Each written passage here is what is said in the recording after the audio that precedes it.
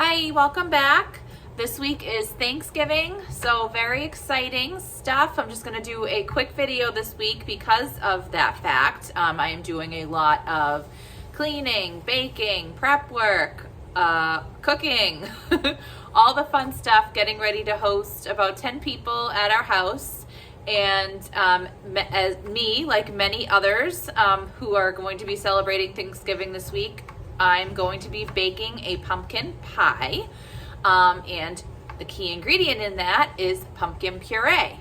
Now, most folks go to the store and buy the pumpkin puree in a can, which is fine. That's what I've always done in years past, and it's been perfectly fine. However, when you make the pumpkin puree yourself, which is very quick and simple, the taste is even better. It's a lot fresher tasting. It has more flavor, more pumpkin flavor, which is great because it's a pumpkin pie.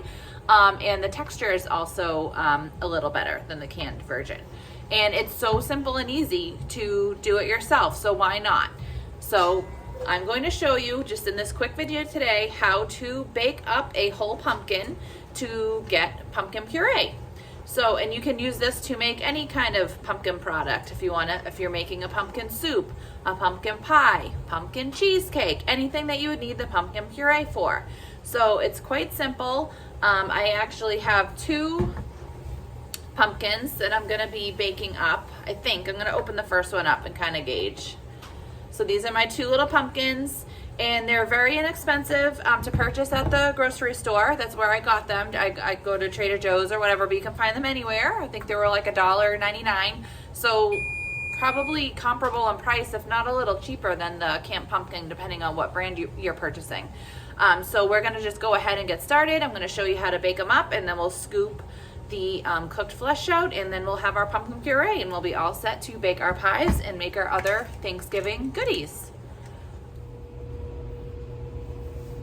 Okay, so the hardest part of this whole procedure is going to actually be breaking into this pumpkin. This is the hardest part of the whole thing. Other than that, it's pretty hands off. You're just gonna stick it in the oven basically after a little, a couple steps here, but this is really the hard part. So pumpkins, these types of pumpkins are meant for storage. So they're bred to have, or grown to have a really thick outer rind to keep all that flesh inside from going bad. So it can be a bit of a challenge to kind of bust into here. We want to make sure that we're careful because we don't want any accidents, because we are going to be using a large sharp knife. So we just want to do our best to be careful, and really however best you can get in here. Obviously you cannot go through the stem, so you're going to be working on either side of that, and so one half is going to be a little larger than the others. You can see with this one, because I started on that, that side of the stem. So let's go ahead and try to get busted into this pumpkin. I think the key is going to be trying to go slow, not rush, not just try to smash through the whole thing all crazily. So kind of got through a little bit. I'm gonna just work around.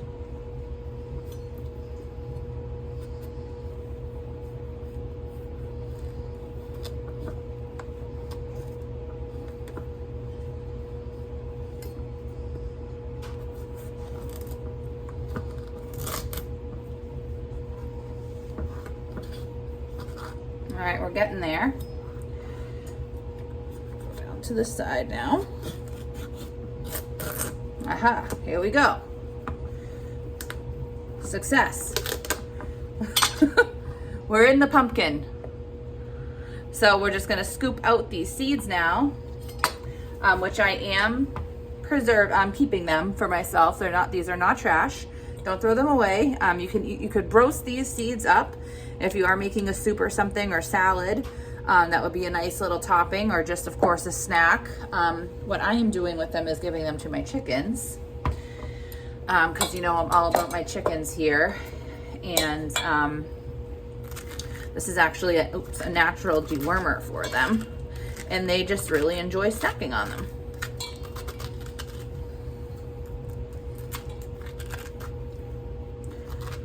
I'm just using a spoon.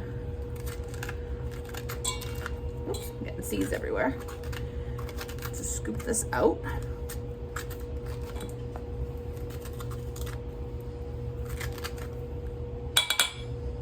All right. So we got this side going. Put that over here. And I'm gonna work on getting this side all de-seeded, and then we'll be getting ready to get them in the oven. All right, so now what I'm gonna do, I have my oven preheated to 350. I have a baking sheet that I've lined with a piece of parchment paper. I'm just gonna take a little bit of salt and sprinkle it. Not too much. And I'm gonna take the pumpkin pieces, halves, and I'm gonna put them flesh side down onto my baking sheet.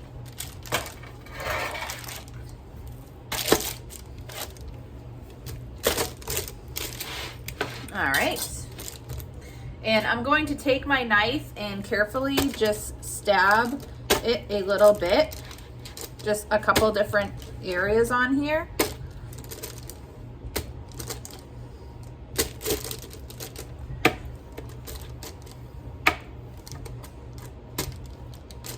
It's actually quite amazing how thick the rind is on these pumpkins. It's a lot thicker than like a jack-o'-lantern pumpkin.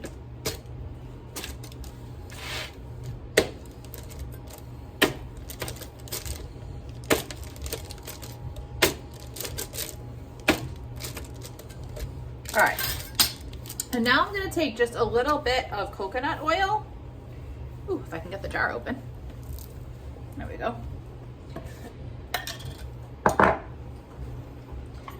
And rub it on the outside of the pumpkin. And this is just gonna help prevent it from getting too dark.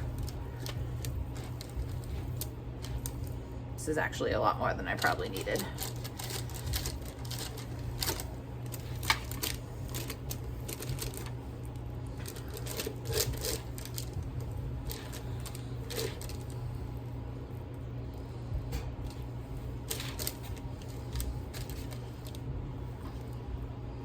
Toss that in my little scrap bowl. Give that to the chickens. Mix it in with the pumpkin seeds.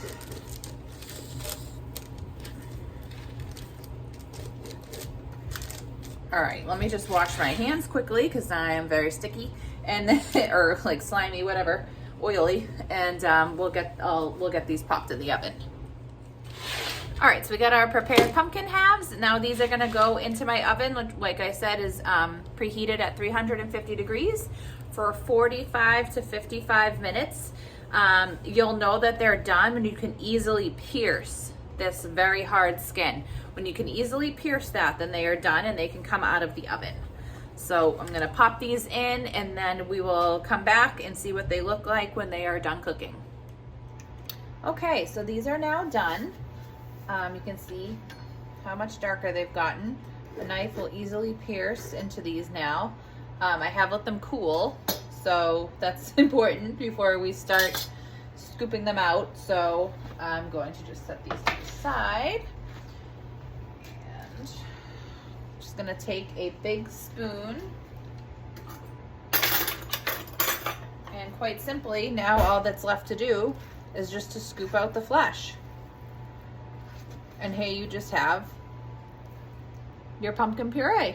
It's that simple, and now we're done. I mean, basically, so I'm just gonna get these all scooped out into a bowl, and you know, you can smooth it out. You could run it through a food processor if you wanted to, but that's not even really necessary. I mean, it's nice and smooth. You can see how nice and smooth it is.